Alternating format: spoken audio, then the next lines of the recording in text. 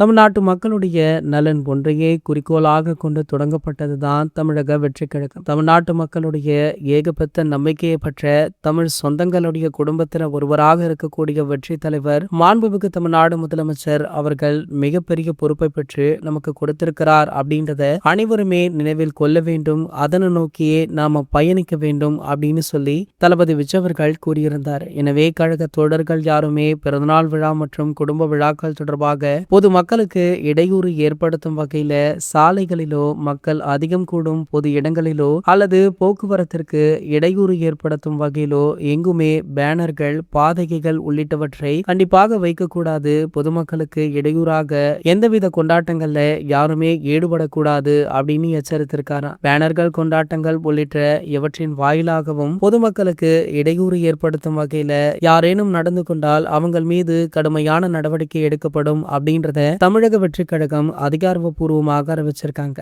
மேலும் பாத்தீங்கன்னா தளபதி விஜய் அவர்கள் பதவி ஏற்றதுல இருந்து அதிரடியாக பல முடிவுகளை எடுத்திருக்காரு. சமீபத்துல கூட கோயில்களுக்கு அருகாமையில் உள்ள மதுபான கடைகளை அதிரடியாக மூட உத்தரவிட்டிருக்காரு. அதன்படி பாத்தீங்கன்னா தமிழகத்தை பொறுத்த வரைக்குமே 717 மதுபான கடைகள் மூடப்பட இருக்காங்களா. நாளுக்கு நாள் மதுபான கடைகளை மூடிக்கொண்டிருக்காங்க. கிட்டத்தட்ட இந்த வாரத்திற்குள்ள 717 மதுபான கடைகளுமே மூடப்பட உள்ளதாக சொல்லப்படுது.